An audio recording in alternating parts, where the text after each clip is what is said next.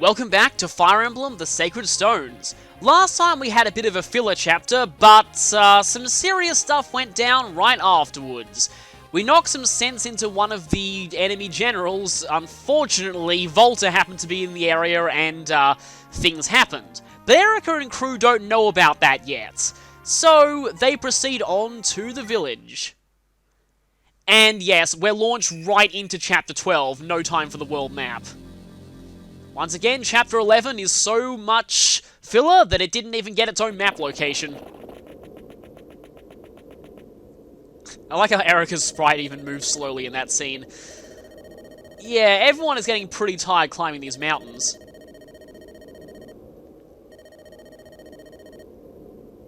Half a day. Guess that must, I wonder if you'd be able to calculate the turn-to-time ratio if, depending on how many turns it took you to get through here.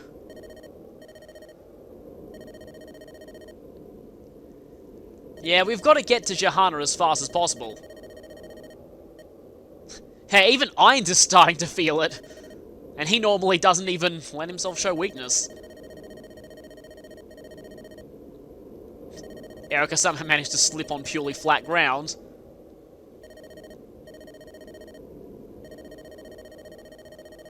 This line is interesting. The people of Caepellon are... It's kind of... They're sort of vaguely Buddhist-based. In fact, even some of the architectural style here and the fact that it's up in the mountains, I get sort of a Tibetan feel from it. Unfortunately, there are monsters here. So yeah, we went from slaughtering monsters to slaughtering even more monsters. Well, we know where they come from, at least. But if they're encroaching on areas they weren't normally in, that's a sign that dark times are coming. So, yeah, not long before we get into the actual battle itself. So let's just quickly check the map here. We've got a fairly big map with lots of mountains. Lots and lots of mountains. Unfortunately, well, if you have promoted Ross by now, he can cross them, but we don't get any playable bandits, so that is the only way we'll be able to cross these mountains. More Revenants, more of these Maldugs, and these annoying gargoyles up on the mountains where we can't really reach them, as well as a lot more bales. These bales aren't particularly strong, and they are stuck moving very, very slowly thanks to the mountains, but they are still quite irritating. We also have a lot of moguls too. Thankfully, they're not upgrading their dark magic. Yeah, there are better dark spells these moguls can use later in the game. We also haven't seen these guys before, although again, if you've played skirmishes, you've probably seen them by now. The Tarvos. Basically evil centaurs that use axes. And as the boss, we have the promoted version. They also use bows. Also, it's got a halberd. Don't need to worry about that guy just yet, though. Something that you do need to worry about, though, this thing. Sharp Claw. I was alluding to this earlier. This is the type of claw the spiders have that doesn't poison you. But, if anything, it's even worse than the poison claws. Strength 12, 26 attack power. That means this thing has 14 might. That's as much as a silver lance. Yeah, sharp claws are excruciatingly painful. You really want to avoid taking them on in melee range. So, let's go ahead and pick our characters. Oh, by the way, Soleil's just joined us. He is with us and is a forced deployment in this chapter, and he'll actually help out quite a lot.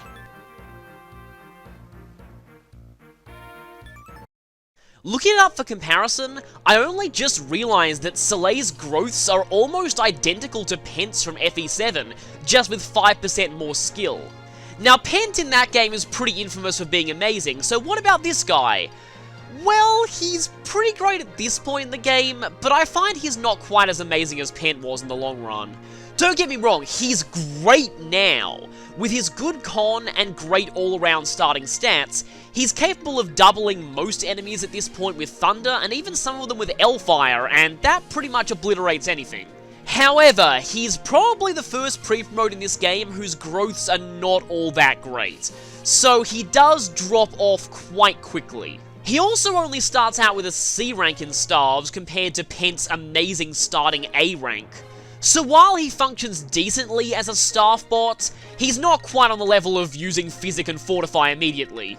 I know I shouldn't really compare him to Pent because they're different games, but one other thing is that Pent only really had to compete with Urk, who I always found kind of mediocre. Soleil, on the other hand, has to compete with Lute, who apart from Con, I find usually is amazing. Despite all that though, Soleil is great for this point in the game, and if you ever have an extra deployment slot that you don't know who to use it on, especially in Chapter 15 for certain reasons, it's not a bad idea to use it on him. As far as units go, we have the same number that we have for the last one, but this time I don't think Column's going to be all that necessary. So I can drop him and replace him with LaRachel just to get her staff rank up a little bit more. So let's quickly manage our items and see what we've got here. You know what? That restore staff might actually be useful. LaRachel can't use it yet, but she will be able to eventually. Joshua's actually going to go ahead and take the second steel sword that's in the convoy. Ross, For now, okay, let's go ahead and put that in the convoy. Do we have any new, that heavy spear's not going to be useful. I am going to go ahead and grab, if we have an elixir in here. We don't, but well, Rachel has one of those. Might as well take that. And you go ahead and grab Teddy's elixir, because I doubt she'll be ever really needing that. Also, let me just check something.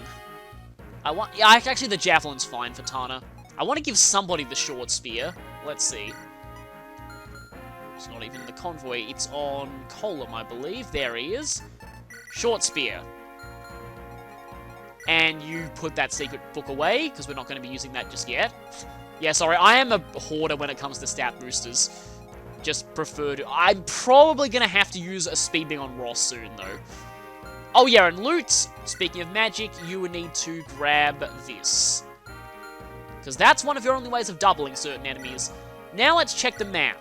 Now, while it seems like there aren't many enemies to fight at the start of this map, that will change very, very shortly. And I mean very, very shortly. Because there are some kind of annoyingly placed reinforcement triggers in this map. Loot, she can probably go around there. Ross staying back might actually be helpful. Okay, let's fight. Oh yeah, Ewan's must be somewhere up here. And he's getting chased by a zombie. I'm not sure reasoning with a zombie is a good idea. They're probably only interested in talking about brains. Well, at least he managed to get to safety. At least that zombie is dumb enough to be like, ooh, he go in house. He disappear. Me no want to follow. Me stay here. Grandmother, huh? That's interesting. So we get a bit of a hint as to where Ewan is. Hint, that house, hint, hint. And this is kind of cool. I like to send Tana on a bit of a mission to fly up and take out some of these moguls, which will make things easier for us later on. Now, let's hope that she doesn't get horrendously unlucky with this javelin like she did when I was practicing this. Because that was really irritating. Okay, that's gone. Good. And the other mogul should hopefully suicide itself into her next turn. So she's just going to fly up, taking out a few enemies, maybe even take out the spider if she gets the chance. Speaking of spiders, this one, I'm just going to wait until it gets closer and then blast it. And let's see if Amelia can kill this thing. No, she can't. In fact, that's 1 HP off killing it, which is unfortunate, but oh well. Something that was actually pointed out to me about the blades that I didn't realize is that blades give more weapon experience than normal swords do. It makes sense. They usually like to give the heavier weapons higher weapon experience yields to compensate for the fact that you won't be doubling with them as often. This led to, yeah, some pretty annoying misconceptions in Path of Radiance that weapon weight directly affected weapon experience, and so it was best to forge weapons that were heavy, because you can actually increase the weight stat of a weapon if you're forging. Suffice to say, don't do that. It's not going to work. Weapon experience is a stat that is directly tied to the weapon itself, and will not change in any way. if you forge something. Let's see. You know, I suppose I can go for this. Oh, yeah! Just realized, I need to set Soleil's animations on manually.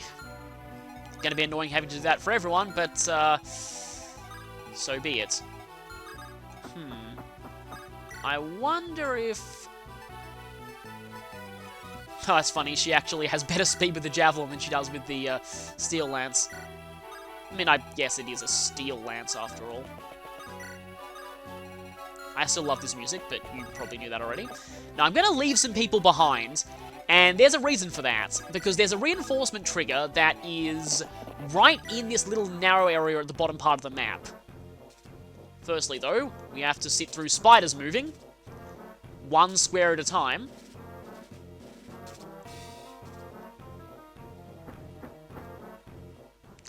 Okay, good, going for Garrick directly. I was worried that you were going for Joshua with a Javelin or something like that. And you didn't miss, Garrick. Good. Because we'll soon be needing to deal with even more gargoyles. And yes, you did kamikaze into Tana. I was about to say I'd appreciate a dodge there, and she did get it. Good. Okay, so that's another one of them gone. Not quite enough to level up yet, though. Tana could actually get to those villages right now. And yes, those are villages. Small houses with red roofs count as villages in this map.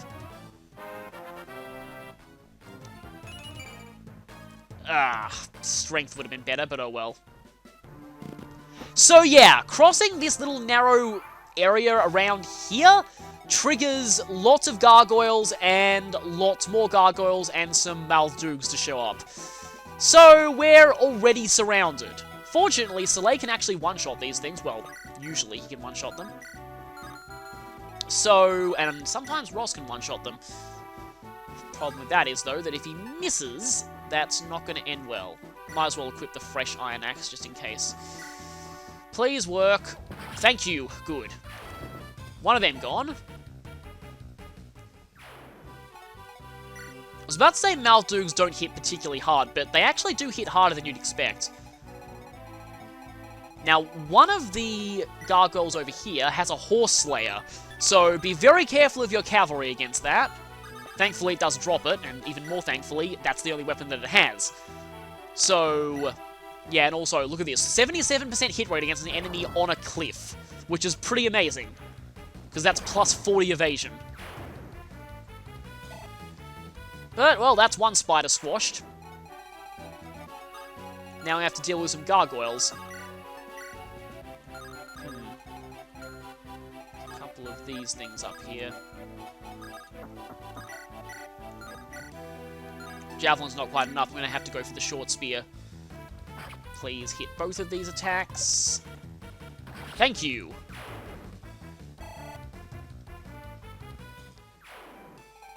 Okay, so that's gone. Now, one of these guys, yeah, he's got an Axe Reaver, so using a sword against him is a good idea. But there are also a few of them with javelins. Yeah, this map pulls kind of a jerk move on you right from the start. In fact, it might be a good idea to do this, because some of the gargoyles might be stupid and attack him here. I mean, I personally don't find Soleil as amazing as Pen from FE7, but in this map, he might as well be Pens. He drops off pretty severely later on in the game, but for now, he's pretty good.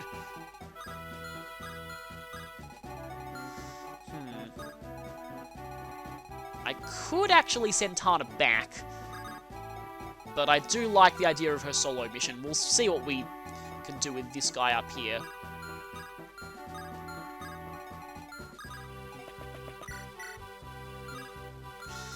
Obviously, Erica can't double him. Might as well bring Seth further down. Just to see... Ah! What is it with high hit rates and me in this playthrough? Seriously? Okay, let's try something.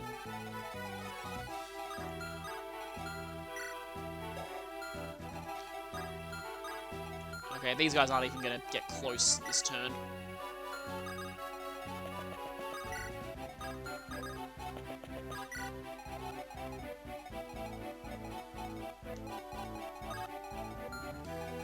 gonna need to dance for someone here. Is she in range of any of the gargoyles? I don't think so. That's good. Now, I don't think... Actually, Loot can one-shot them. These things have very, very little HP. But the problem with that is, if you miss, yeah, you're getting doubles. I would say 86 is usually enough for me, but I did hit. It's not been very reliable for me for most of this game. Yeah, gotta be careful of your healers here. Speaking of healers, though, I would like it if somebody here needed some healing. Well, Garrick does, but, yeah. Also, sending Rachel over that way is probably not a good idea thanks to that Horse Slayer.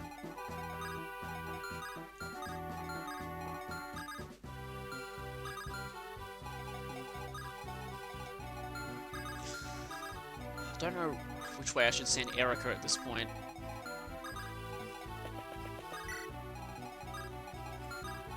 Don't think any of you are real. Although if the Axe Reaver goes for Ross, it could be annoying. I don't think he's in any real danger at this point, though.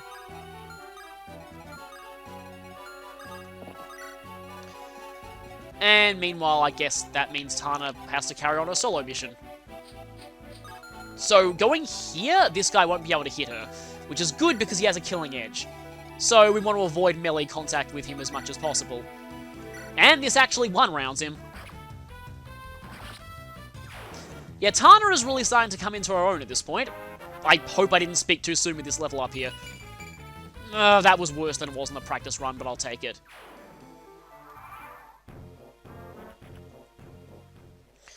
Hello there, giant wall of HP that is not really a threat. It's kind of weird they're still throwing Revenants at us at this point in the game, but that's just how things are. They are throwing some stronger types of enemies, and yeah, it's easy to forget those gargoyles up there on that middle peak.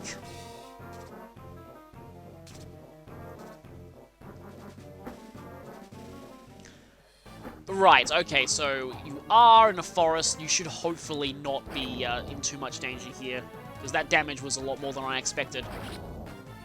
I don't want you to fight all of these things, because, yeah, I'd rather that experience go to some other people. That's the... Yeah, I thought that was the Axe Reaver. It's not quite as bad as I thought it would be, though. Even hit him back. Which, with double weapon triangle, is a pretty big feat. And these guys are moving in. Nice one. I guess the high hit rates are also working against the enemy now.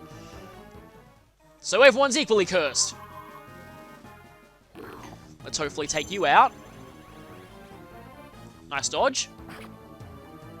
No doubt that extra point of luck, I guess, maybe helped. If I'm saying maybe, then obviously there was doubt. Yeah, the rest of the gargoyles are not a threat to Ross at all, so I feel pretty fine with this. Just need a good solid hit with a sword to take out that Axe Reaver gargoyle.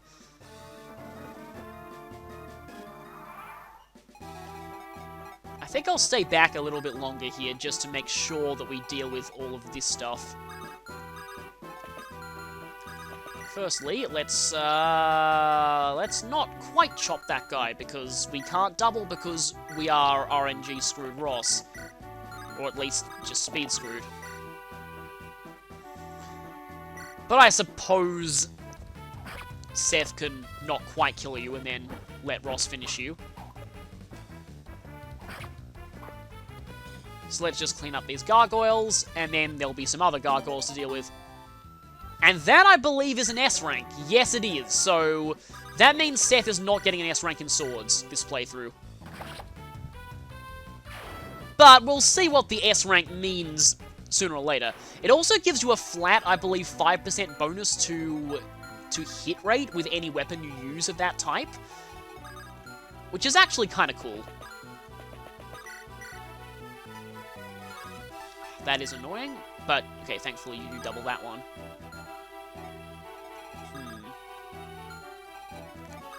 This is actually unfortunate. I might have to do... Yeah, I'll have to do this, actually, because if I refresh Ross, he's probably not going to hit.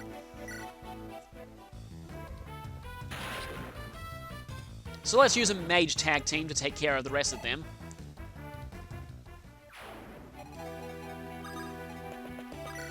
This is also why I used fire, because, yeah, loot's not doubling with anything else. When I practiced this, I forgot to bring that second fire tome. I knew I bought it for a reason. Okay, LaRachel might want to get into healing that, because she's very close to a C rank in Starves. And having her at a C before Chapter 14 is going to be very useful, because I'm going to need to deploy her in Chapter 14. For certain reasons. Very close. Okay, yeah, we got these three, and we got to make sure to remember that. Also, we need to remember to get off the mountain this turn.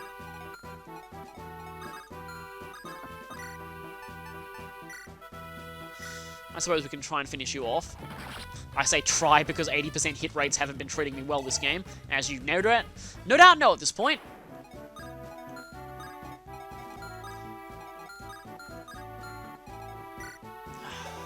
I might want to heal Garrick a little bit, but I can't really get any healers near him because of these gargoyles.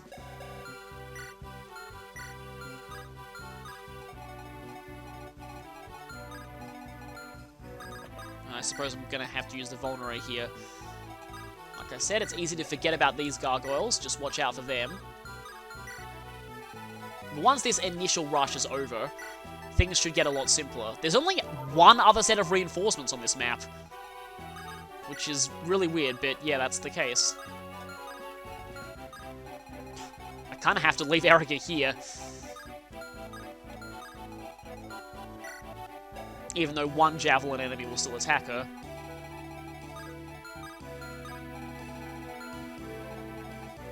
Oh right, Ross does definitely need some healing.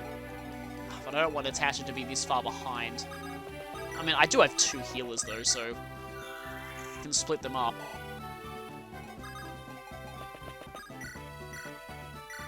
Probably regular heal will do it here.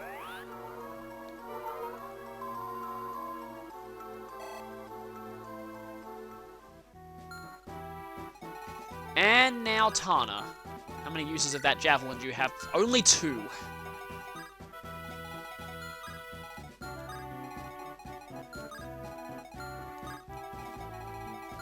Probably should have brought another one for you.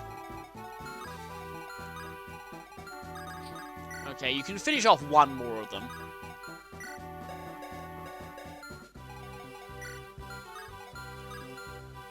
It's funny, there's a gate up there, but there's no enemy standing on it. So no one's benefiting from that terrain. So there's the Sharp Claw. Thankfully, you had a pretty low hit rate. It does hit very, very hard. In practice, that thing didn't literally two-shot him because, but like in terms of theoretical damage that it could do, it was able to two-shot Seth, basically. And that's hitting Garrick surprisingly hard. Even if I do have a surprisingly high hit rate back. Well, at least that's 1 gargoyle gone. 2 to go. Joshua is not a horse. That will not work. Is his inventory full? It might be full. Well, it's definitely not full now. So I guess he'll hang on to that. That's going to be useful in the next chapter. Actually, very useful in the next chapter. It does still work on Tarvos, I believe. They're considered cavalry. So it will help here too. But it's going to be very helpful in the next chapter. Let's just say lots of Cavalier reinforcements. A lot of Cavalier reinforcements. Ah, there goes that Javelin. And you're not even attacking Erica like I thought you would. That's strange. But there's only one of you left. I don't like that spider, though. I also don't like these other gargoyles.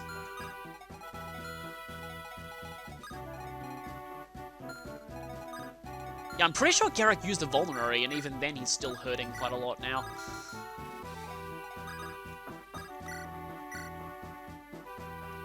8 times 2 is not great, but I guess I'll have to go for it.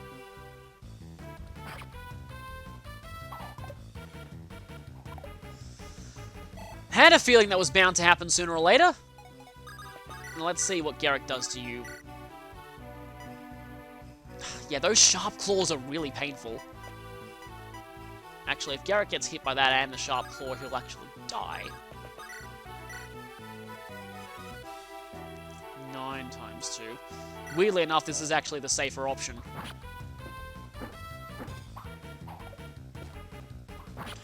No crit, though. But at least he leveled up. And got that exact same level up that Amelia did. However, help is on the way.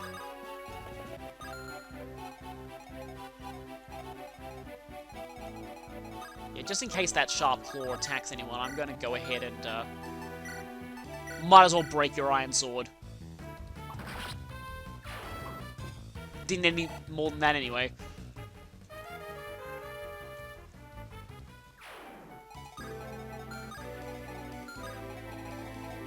Okay, now...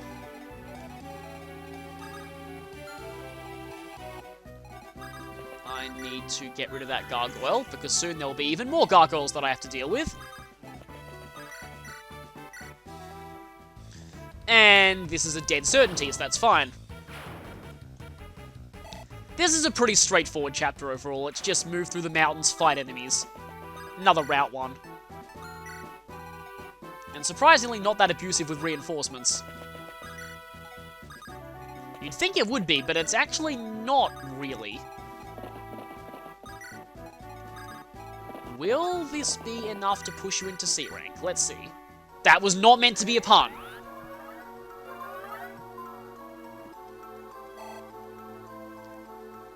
Not quite. How close are you? You're right on the cusp of it. Okay, that spider is slowly approaching. Yeah, you're a sharp claw thing. Thought you were.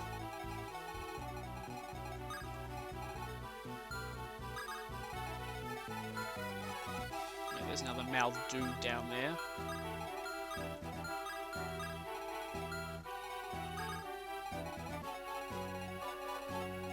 Two gargoyles up there. I just don't want to be...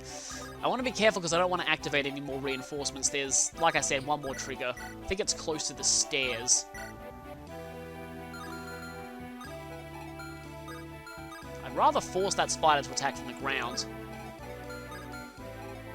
Tana goes here and uses... an elixir. Don't think the elixir is really all that necessary, but oh well. Okay, come at me, monsters. Yeah, that sharp claw. In skirmishes or the Tower and Ruined, it's actually possible for Revenants or Entombed to get those. It's very unlikely, but it's possible, and you want to be very, very careful for Revenants or Entombed that use those, because they hurt a lot. Speaking of which, that almost hurt a lot.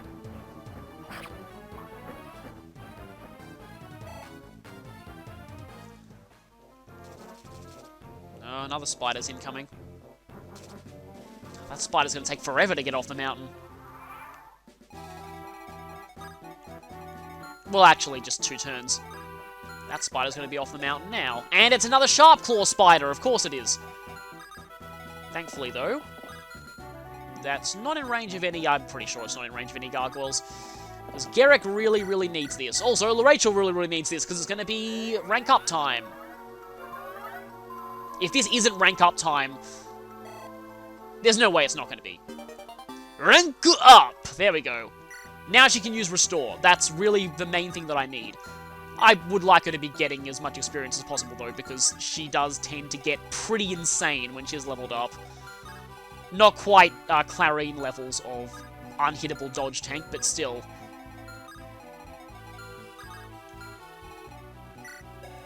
Iron, and you're also iron, aren't you? Yeah, you're all iron.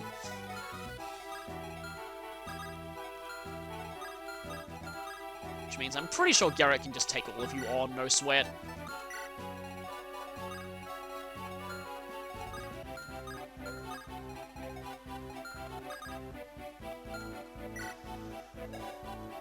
And Amelia's at least somewhat tanky enough to... Let's just... you can't even get to that spot. To go here, I suppose. And then Joshua. With LaRachel here, I just remember that Joshua and LaRachel can actually support. And they're pretty hilarious. I mentioned it in LaRachel's bio already, but it's the fact that LaRachel is so unnaturally lucky that she can win coin tosses against Joshua when he's cheating. Sounds like certain characters from a certain franchise about killing games.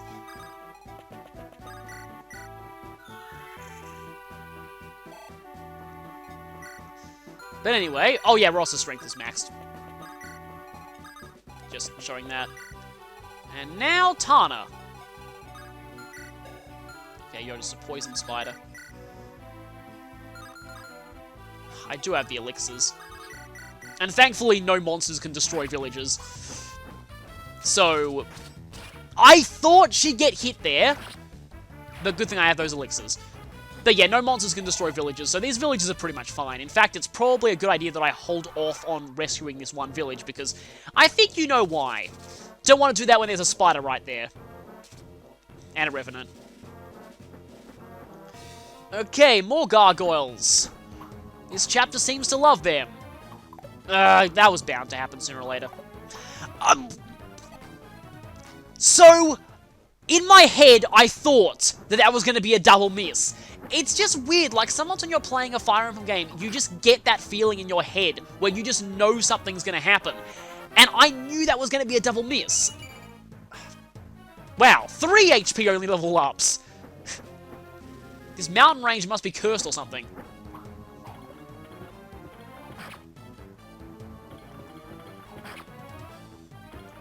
Okay, we'll need to fight you off as well as a spider on this turn. But we're getting there. Oh, right, there's another spider as well. However... yeah, that should kill it. And I've got a dancer just in case it doesn't. That's a sharp claw spider. Are you a sharp... Yo, you're just a poison claw spider.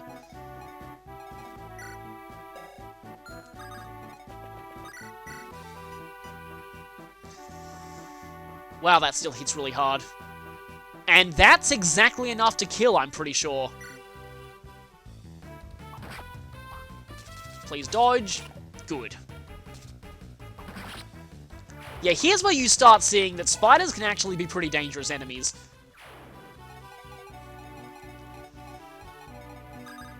I don't think Ross is going to be able... Nope, no doubling.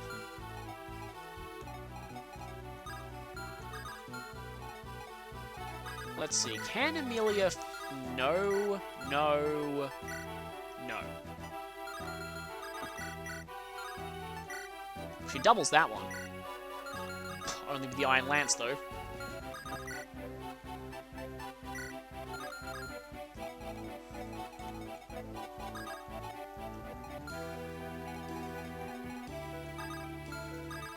Might have to have Soleil finish one of them. Can you... Oh, you don't even double them without that. Yeah, even the male mages have con issues sometimes. Well, usually you don't need much more than Thunder. Thunder itself is really good. You can easily just use Thunder all the way to the end of the game. Not only is it fairly powerful, it's also got a pretty good crit rate on it. Now, even if you do miss, this is probably fine. Okay, you didn't miss, good. Another burn spider. Following Pokemon logic here. Okay. Now, can...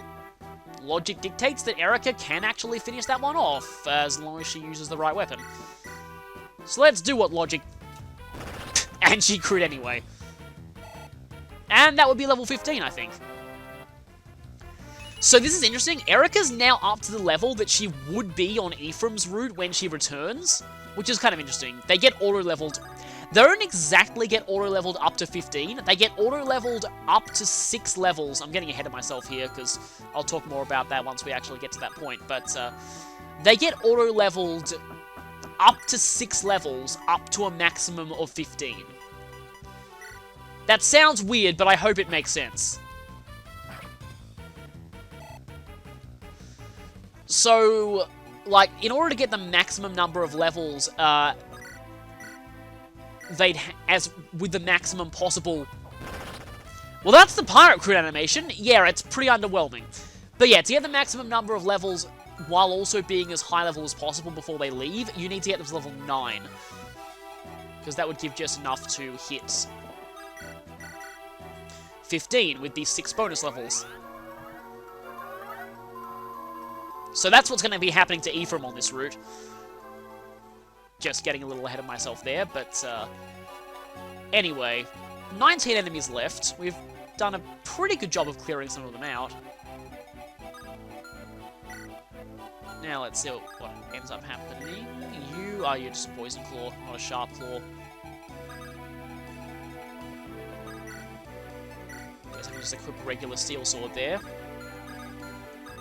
And I guess also I can use your dancing to get her closer to people she needs to heal.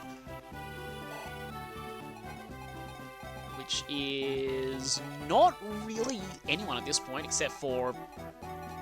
Yeah, everyone's only lost 1 or 2 HP. I suppose I can move her around here so that Joshua gets his support bonus. Speaking of support bonuses, let's see if I can grind up some Erica and Seth supports a little more. Let's also see, because yeah, you can go all the way back there. As can the spider.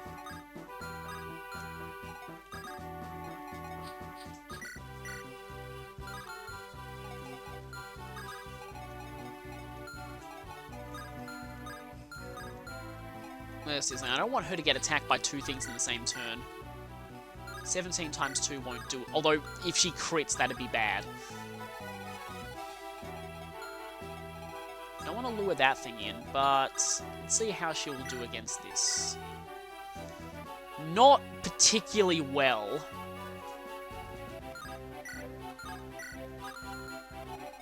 But...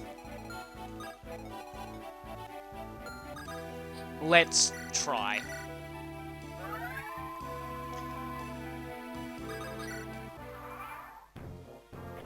I think next turn I might be able to lure that spider onto the grass. Then it'd be a lot easier to fight. And yet more giant walls of HP. Ugh, 1 health, really. Guess we'll be breaking through next turn. And another incoming spider. This second one might miss. Oh, it didn't. Okay. Didn't jinx myself there. And a weapon level up for her. Okay, that spider's well and truly off the mountain. So let's see. Can I lure this one onto the grass? I don't think... Yeah, no, there's no way he's going onto the grass. He's still stuck at his 1 range movement. But I can lure him closer to the grass. Anything to get those spiders off mountains. It's kind of a weird sentence, but it fits this context. Garrick's all the way over there. Need to get him closer. I also need these zombies to start dying. Oh, this guy's only on 1 HP. But I'm kind of roadblocked into a situation where I have... Oh, that's my only hand axe use as well. Wasting it on 1 HP.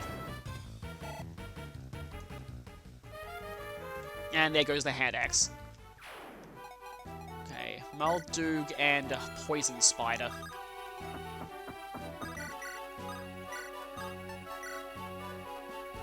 That's a pretty drastic change in hit rates. Oh, right, because I'm targeting the wrong enemy. If I target the spider, it's fine. Let's finish you.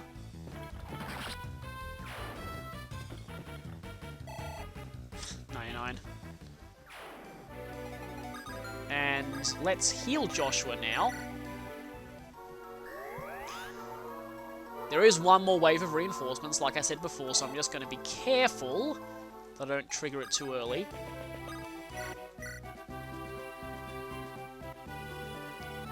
Yeah, no, that should be fine. Even if he gets a fluke crit and kills it, it's, don't think the other guy will finish him off. Anybody here need any more healing?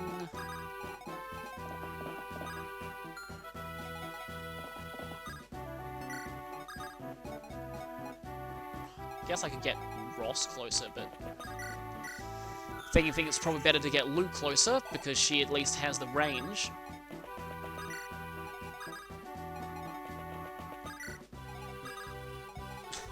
And this pass is getting awfully crowded. We're slowly making our way through. Oh, right, you can jump up on that mountain. Nice. Forgot that tiny little blip of a peak was actually a peak. But there's the extra experience you needed. Don't be another curse level up, please. Well, I mean, at least it was defense. With all this defense Amelia's been gaining, you'd swear that class does affect growth rates, but it doesn't in this game. I actually haven't said that yet, but unlike in later games where what class you are slightly influences your growth rates, not the case in this game. No matter what you promote to, your growths always stay the same. Okay, Tana is well and truly getting caught up. That's more in line with what I expect from her. Another spider.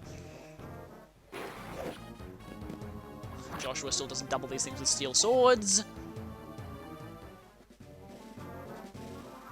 But we should be able to break through now. Garrick, you are way behind the front lines. Get up there. Might be able to get him over there, although I think Amelia has better accuracy than Garrick does. Despite that... Yeah, Loot is still my main Spider Slayer for this chapter. Burn! One more burn spider. Once more Pokemon logic. And let's push through that guy. You know, I suppose since she needs experience slightly more, this could probably miss though. Oh, it did miss, okay. So now it's time to push onward though. Gotta be careful here, there's quite a few of these things. Also, is that yeah, I thought that was a sharp claw spider. Soon, though, it might be time to start visiting these villages.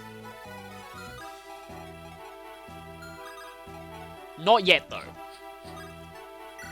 First, let's see.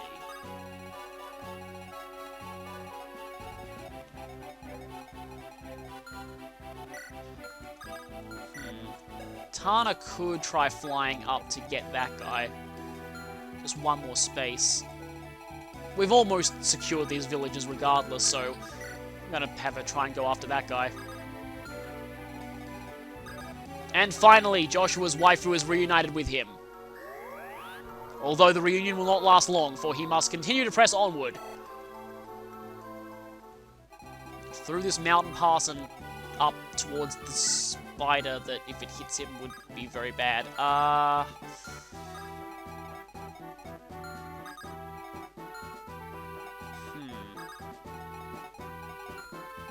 would go for Seth, but even Seth doesn't like getting hit by spiders. Well, the sharp claw variety, at least. But I might as well try. I mean, Erica doesn't even need to season this chapter, so I don't even know why I'm moving her up.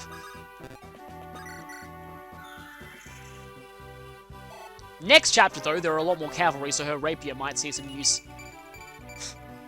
I'm waiting for that moment where she gains 1 point of strength or skill. Still not quite as silly as Rayson back in Path of Radiance, who... he almost always caps skill, even though that stat means nothing to him. It's just really ridiculous, but it does... It's nearly certain for him to max out skill. Which, it's just really dumb. Okay, 4 damage. Let's hope this doesn't put you in kill range of the spider. It probably doesn't, actually. In fact, the spider doesn't have that much attack power. Next turn, I can probably get both those villages. And yeah, there actually is a shop on this map, oddly enough. Yeah, sharp claws are painful. We'll be seeing more of that later on when we start encountering the promoted spiders, because yes, there are promoted spider monsters. Okay. If I had you a bit lower, you could actually finish off that spider, but let's just keep you away from that guy and clear away this mogul to help keep this area magic-free for my low resistance characters. Nice dodge. Yeah, Tana's doing pretty well here.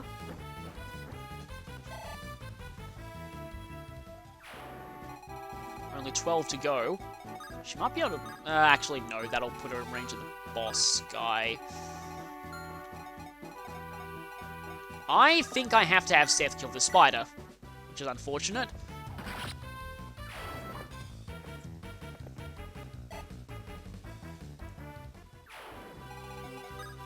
And then there's 3 of these.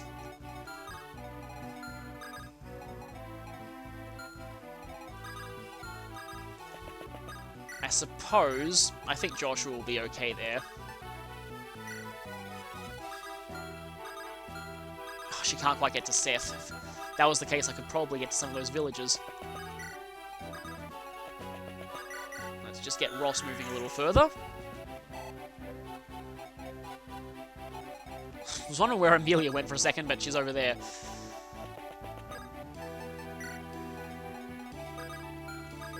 I'd rather have Loot occupy that space.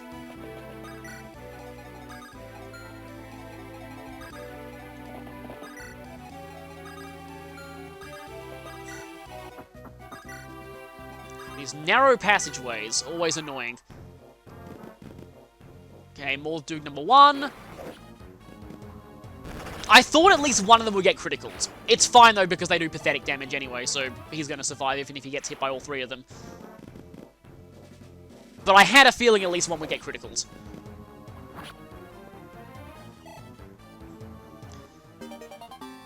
Okay, that puts Joshua up to being able to use the rune sword, I believe. Which is going to be pretty fun, but like I said, the animation for Myrmidons using ranged swords is very weird looking. Okay, so now we can safely get to these villages. I suppose I can go for the far one first. The one that doesn't have Ewan in it, obviously. I've been hearing about this great dragon a lot. I wonder who that is. Sadly, all the beasts that would require this staff are gone. This is the free experience staff. I mean, the barrier staff. Also, yeah, good thing Rachel is a C-rank and stuff, so she can use that. The barrier staff, I don't know about you, but to me, I only ever find myself using it to spam for grinding my healers. That's really the only time, like, the only thing that I ever use it for. It increases resistance, that's what it does. It increases resistance. It's basically pure water, but a staff. But I just think that it's a bit, I don't know. I never really find it that useful. And I mainly use it just to spam for experience. Which is what I'll probably end up doing next chapter. Well, not next chapter, next few chapters with Rachel. Now, like I said, there is one more wave of reinforcements.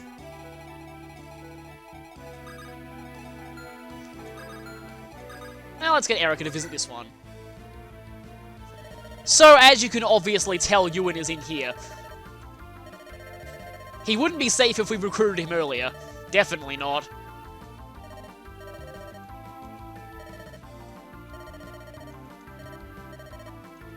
Yeah, I guess that is safer. So, Ewan has joined us. He's got an energy ring on him right off the bat. But yes, Ewan is our 3rd trainee. And he's from Johanna as well, apparently. Brace yourselves again, people. This is going to be a long one. Ewan is the 3rd and final trainee, this time a magic user. Unfortunately, he still suffers from the kind of mediocre growth that most of the trainees have. And his magic growth even got nerfed by 10 in the English version. There's also the fact that Lute exists. She's been around for a lot longer and will definitely be a far stronger mage at this point if you've trained her. Although Ewan, a little kid, still has better con than Lute does. Again, I don't like how biased the con system is against girls. Ewan's main point of uniqueness, though, is his class options, and that's where I'm going to be spending the majority of my discussion.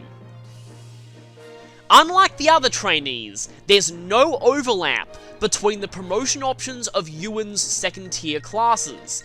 This means that Ewan has the most class options of any character in the game, so many that I couldn't fit them all on one page. So don't freak out at the fact there's only 3 here. I will be discussing the 4 of them. Kinda like Amelia, Ewan's first class choice is between two very different ones, and what choice you make here determines his final fate a lot.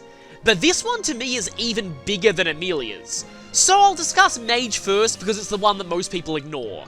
As a Mage, Ewan just kinda becomes your bog standard anima user. He gets the option to promote to either Sage or Mage Knight.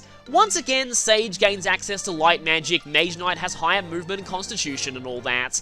But really, if you do this route with him, he's gonna be in Loot Shadow, and that's not a good place to be. Heck, even Soleil gives him a lot of competition as a Sage. No, probably the main reason to use Ewan is his other path, Shaman. Going this path changes him to a dark magic user, and this is the only case in the entire game of losing a weapon type on promotion. If Ewan becomes a Shaman, he loses access to anima magic. In fact, he loses all his weapon experience in that, because while he can get anima back if he promotes to Druid, it's reset to a D rank as if he'd never used anima before. So Dark Tomes are a lot heavier than anima ones, but you do gain a bit of an increase in constitution for Shaman to compensate, and also a pretty nice boost to magic as well. But mainly, you no longer have to worry about as much competition, because there's only one other Shaman in this game, and he's kinda terrible. So Shaman's first promotion option is Druid, and this is the one that I use 99% of the time. It gives you back access to anima magic, boosts con up to the same level as Mage Knight, and gives some pretty good promotion bonuses. That +3 speed in particular is really helpful. It means that in total, this path gives double the speed promotion bonus of both Sage and Mage Knight. It definitely helps at Ewan becoming a speedy dark magic user. Plus, he averages the highest in magic out of all his class options as well. Yeah, it only has an E in staves, but you don't really need much higher. There are better staff users in this game. So like I said, if I'm using Ewan, 99% of the time it's going to be Druid, just for the fact that it's a much more unique niche than Sage or Mage Knight. But what about the other promotion option from Shaman? Well, it's another class unique to Sacred Stones, Summoner. I'll just say it right now, this class is more of a fun option than a serious one. In terms of raw stats, Summoner is probably one of the worst classes in this game. But the mechanics of the class, I just find them so interesting that I could easily make an entire video talking about it. So here's how Summoners work. In exchange for not having anima magic from Druid, Summoners can summon a Phantom once per turn. You can only have one Phantom out at a time though. This Phantom appears at the same level as the caster, and is automatically leveled up to that point. The interesting thing is that every character in this game who can potentially be a summoner has different growth rates on their phantoms. Ewan's phantoms are more specialized in raw power. So what do phantoms do? Well, they're axe users. They'll spawn with a random axe when they appear. Depending on their level, they can sometimes get killer axes or even devil axes. Contrary to what you might think, getting a devil axe to spawn is actually one of the best things you could get. And if you think that means free axes, you're mistaken. You can't trade with a phantom. For that reason, make sure you never let a phantom kill something that has a droppable item, because then that item will be lost. Phantoms also can't be rescued. Basically, your characters cannot interact with a phantom in any way. Phantoms don't receive terrain bonuses, but on the plus side, their movement is completely unrestricted by terrain. Mountains, rivers, doesn't matter, they can cross it at full speed. Phantoms have the unfortunate issue of only having 1 HP and no defenses. They get hit once, they're gone. But unlike the Invoke spell in Gaiden, Phantoms are not NPCs. They're actually fully under your control, which lets you do some pretty interesting things with them. Namely, Phantoms are one of the very rare times in all of Fire Emblem that the player has access to completely expendable troops. You can freely use your Phantoms as lures or charging them into the front lines. It's fine if they're gone, you can just summon another one next turn. This is also why it's so good if they spawn with a Devil Axe. It's powerful, but it has a chance of backfiring and damaging yourself, which doesn't really matter. Oh no, the poor expendable Phantom died, whatever shall I do? It's not like I could just summon another one next turn or anything. Summoner is another class that I often find myself playing around with, just because it's actually pretty fun to use and gives you some interesting luring options. Like I said, it's more of a fun option than a serious one, but if you've played this game as much as I have and want to change in what you promote people to, try out Summoner sometime. You might enjoy it. But yeah, at this point, Ewan's not going to be particularly useful.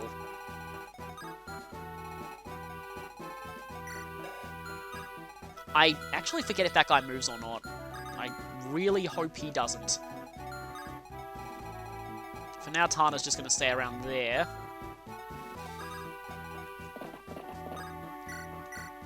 Suppose we can... Actually, Joshua does kind of need this.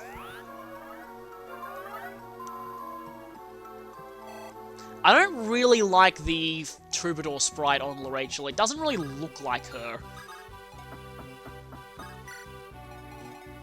Suppose I can heal Amelia a little bit. Because we're almost done here.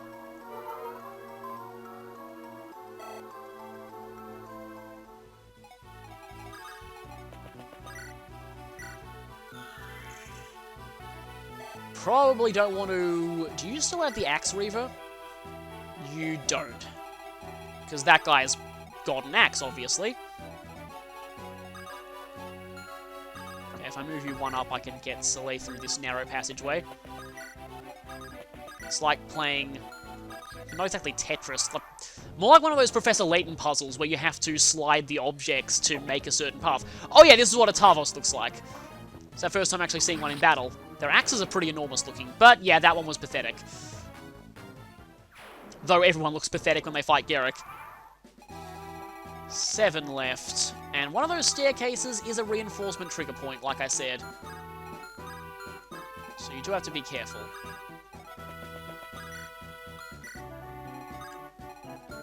After this chapter, thankfully, we will have a chance to buy more weapons, which is good, because Garrick is running a little low.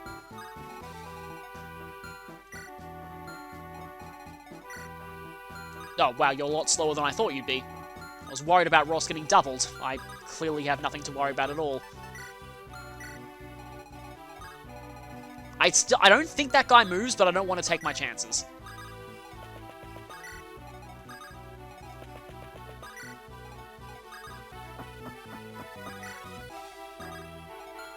Okay, Seth could use a bit of healing.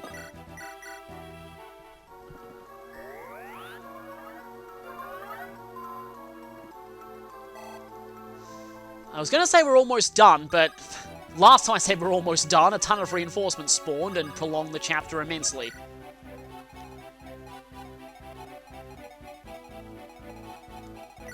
Okay, you got that barrier stuff. I was wondering who had that. Might need to buy some new staves after this chapter's over too. Or we could buy them right here, because that shop no doubt sells them. Who do I boost forward with Teddies? Don't really want loot to get in range of anything dangerous. But let's just dance for the sake of it. Okay, let's see right now if that guy... Don't think he does. Okay, yeah, there's a reinforcement trigger. That was much more pathetic than I thought it would be, actually. Just a bunch of gargoyles. Although, this might be one of those cases where there are more of them that show up every turn from now on. They do still two-shot her. So... Oh, that guy's got a short spear. And that guy has a javelin. So I might want to get Tana a little bit away. Now I want Ross over here. Well, I mean, this is what dances are good for. Last minute repositioning.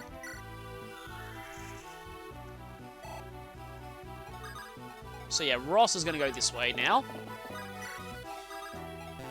And Ewan's going to get away from there. Those reinforcements are probably designed just to troll him. And let's stick Garrick on a forest there so that guy regrets his life choices. Not that, I mean, not that he'd even be capable of it, being a monster at all. I don't know how they work exactly, but in a lot of fantasy, most of these these kind of things are just born of magic and don't really have any kind of real sentience.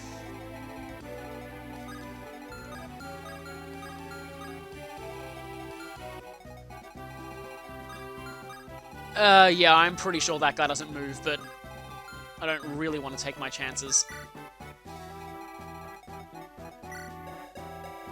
And Seth would just destroy those guys. Yeah, their stats are pretty pathetic for this point in the game. The boss is a lot tougher, though.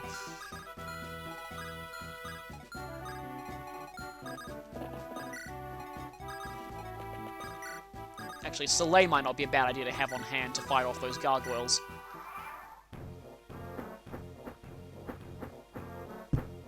So, here they come. And here comes that guy to be a complete moron. When you're faced with Garrick on a forest and you're an axe user, the correct option is just to run away. Don't even try. There's 5 of them up there. Okay, no more. Yeah, that should be all of them, now that I think about it. Which is kind of weird.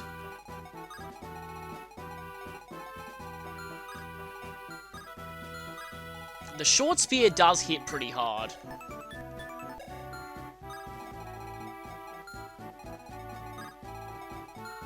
Let's see if Ross does okay over here, maybe?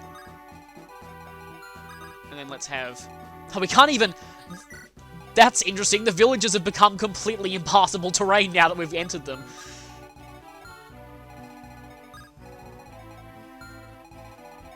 I'm kind of wondering who wants to get that entombed. Technically Amelia or Tana, maybe? He's not even moving.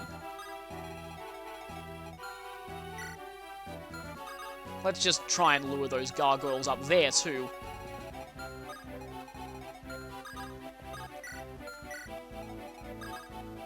And that extra sword over there is potentially also for Garrick if he needs one. The extra steel sword Joshua has, I mean. And let's see.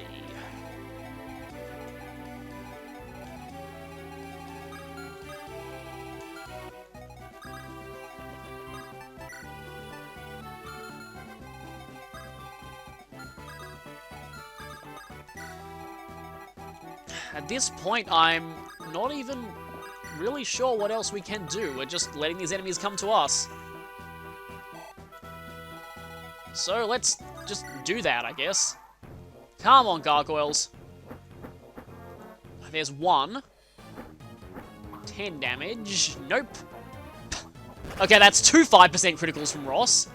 This chapter's been a weird mix of good and bad luck, but yeah, the pirate crit animation is not good. Not that critical animations are what matters when it comes to good classes, but it's still not nearly as terrible as the FE form Mage Knight critical animation.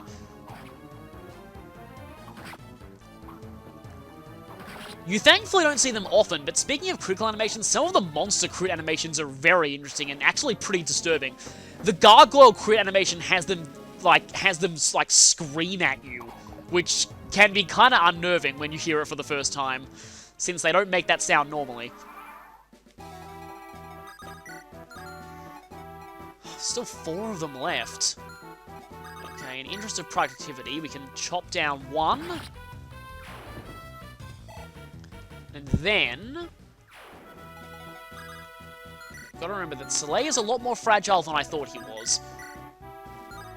And you're the short spear one. Let's not attack you then. Let's attack your brethren. Because like I said, Soleil is a lot more fragile than I thought he was.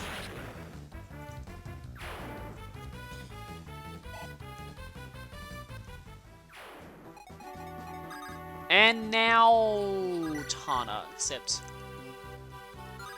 Like, that may be a terrible hit rate, but I'm still kind of worried.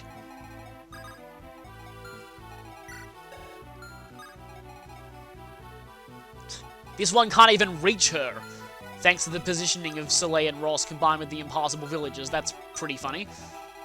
Well, that guy can reach fairly far. Okay, there's still 1 gargoyle left. Thought both of them were gone. Stupid low movement. This is why I wanted to make her a cavalier, but yeah. have to do that on the other routes.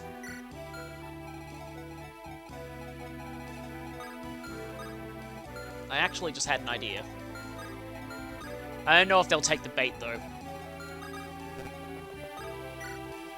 Do not equip Hellfire. That would really be bad. But let's see if that guy takes the bait.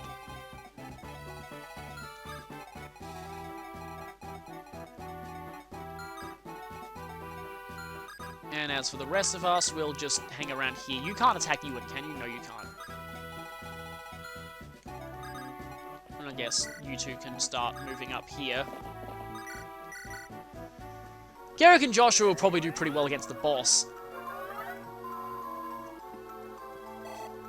Given that he's an axe user.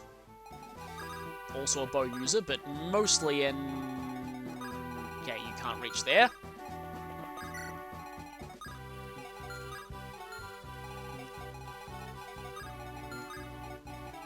Teddy's is not being all that productive right now. Let's see if they take the bait. No, you're going directly after Ross, which is fine. But I'm more concerned about the other... Well, he's going for Tana. That's probably fine too. Okay, now I'm pretty sure I can just safely kill them. I guess he's technically in range of one. I'm gonna have to fight one of them with Soleano. Depending on... Yeah, you can't quite do it.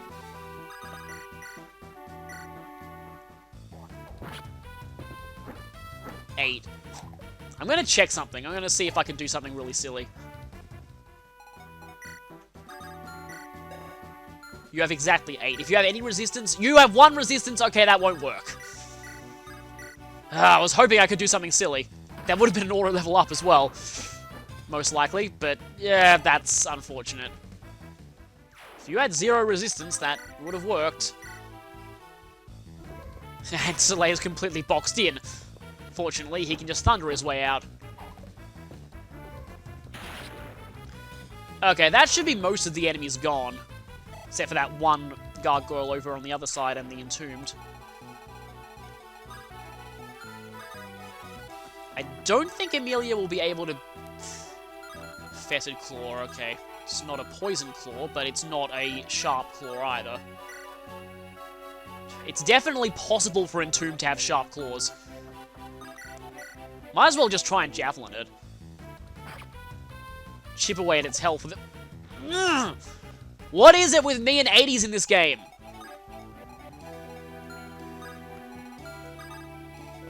Okay, going there will mean the boss will probably attack with a bow. So I need to quickly take out the other skeleton. And Garrick is really running out of weapons. Soon we will be able to...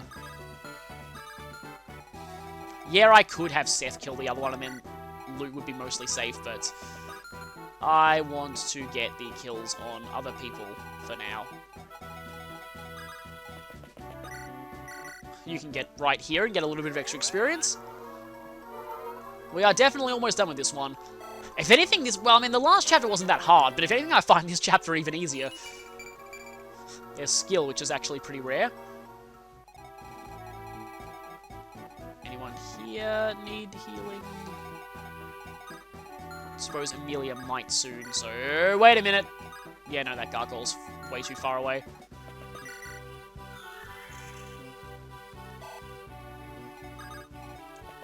Let me see how much damage he is. Yeah, that's quite a bit of damage.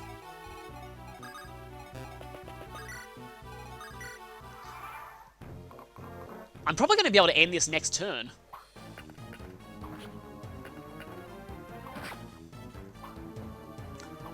There's another enemy gone.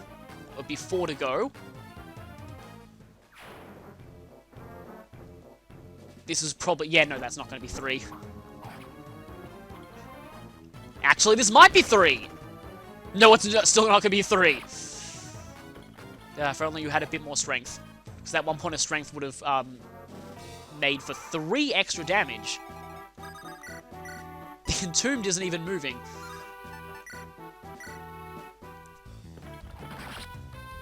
So let's just finish you off. Now it's 3 left to go.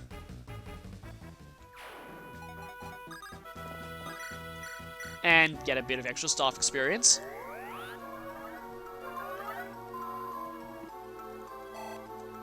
Oh, and leveling up.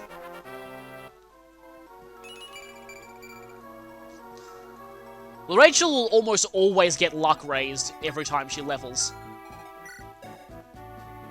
Now, I could try and force him to use the steel bow to make him drop the halberd, because I didn't get a halberd before.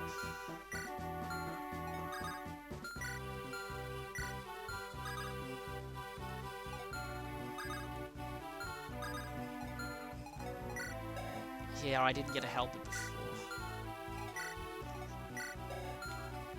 You know that might not be a bad idea. It's gonna drag... Oh, I mean, I'm gonna have to drag this out anyway, because that Entombed's not gonna die yet.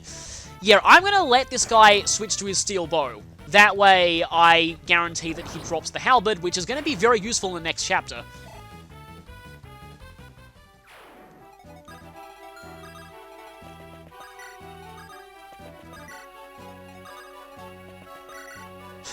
Just a bit of random experience. I suppose Tana kind of needs experience more than anyone else at this point.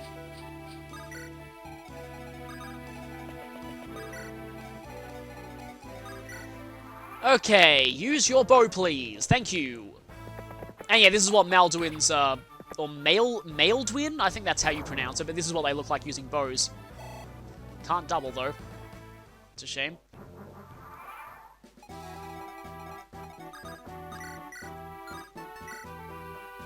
Still not enough. I'll have to continue throwing random jav... What?! Oh, this is just really bizarre. Okay, yeah, you're dropping the halberd now, that's good. So now we can safely cut you to pieces in melee range. And he's not even on the gate. Okay, let's try this. Down to 19.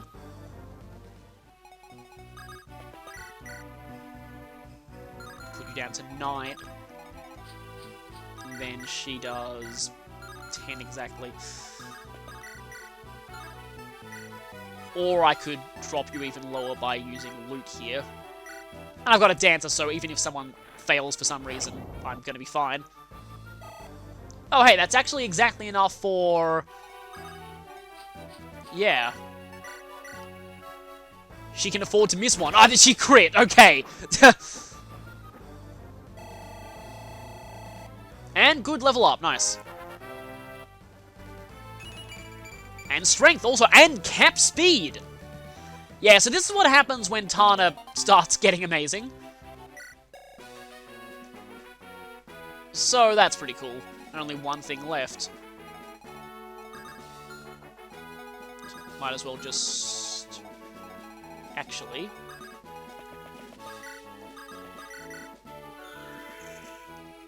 Let's get a bit of extra heal experience as well as dance experience. And then finish this map off. You could probably send a flyer around to... Unless those walls are flyer-proof. They apparently don't count as any terrain. They just dash.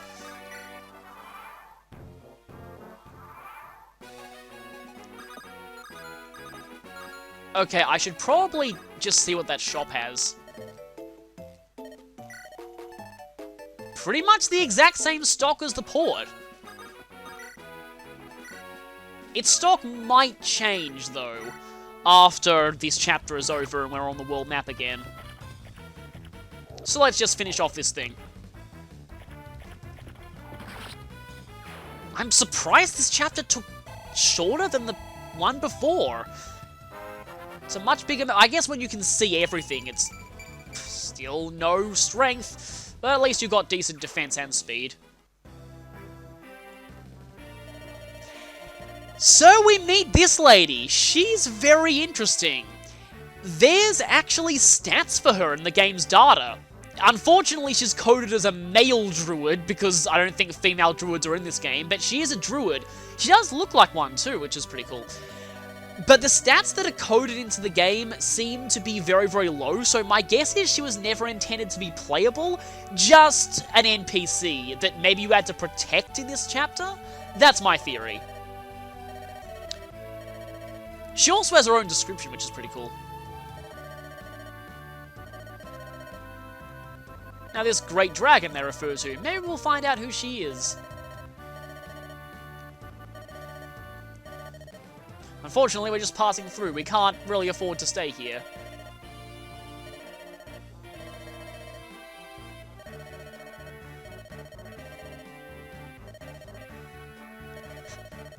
I love how he visibly hesitates before saying no. He's like, no.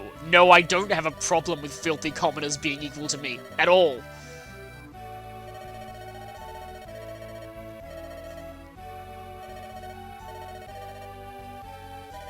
Well, at least we get to stay here for a bit.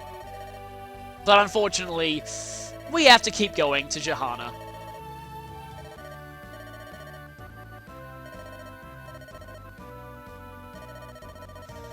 Yeah, altitude sickness is definitely a big deal. The people who live in places like this have adapted to it, but if you're not used to that kind of thing...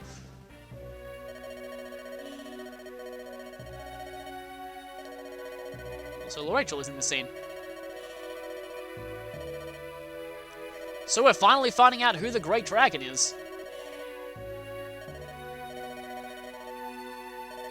Well, they've got some connection to the Demon King.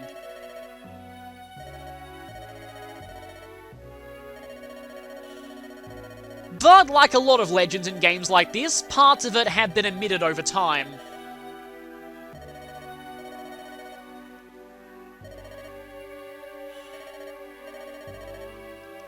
So, yeah, it turns out there was a prominent figure who humans have forgotten about.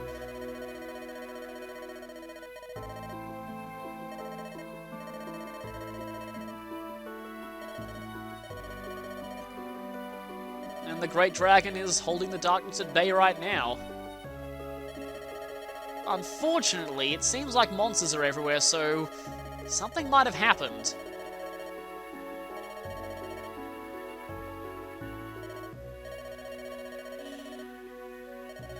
As Erica is explaining now. Yeah, Mer spoke of that too. Ah, yeah, the Great Dragon's left. I had a feeling that was the case.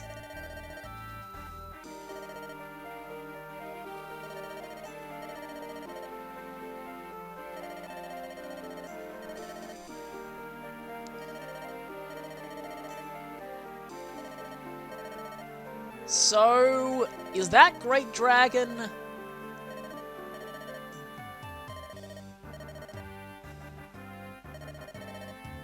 This is kind of interesting. So, in this universe, the term Manakete is actually insulting.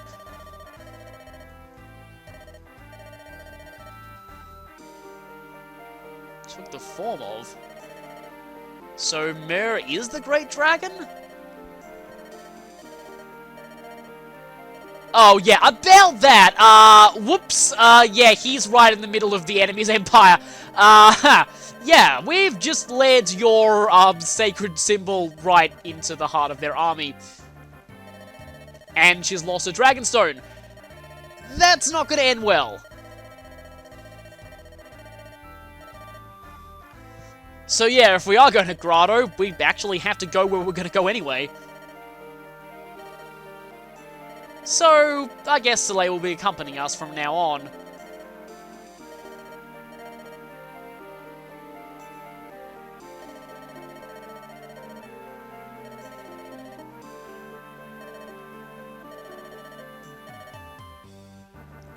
So it's time to head on to Johanna, and unfortunately we won't be seeing the Elder of Kaapelin again. And she does look pretty cool, so it's kind of a shame. So, with that, that chapter is over, and, yeah. Next chapter! Oh boy, next chapter. Next chapter is the one chapter in this entire game I've been dreading. It's one of the few chapters in this game that I actually find legitimately difficult. Erica Chapter 13. And yeah, one of the only Erica route chapters that I find difficult as well. So, see you then for most likely pain. If I'm gonna have my first fail channel at any point, it's gonna be here.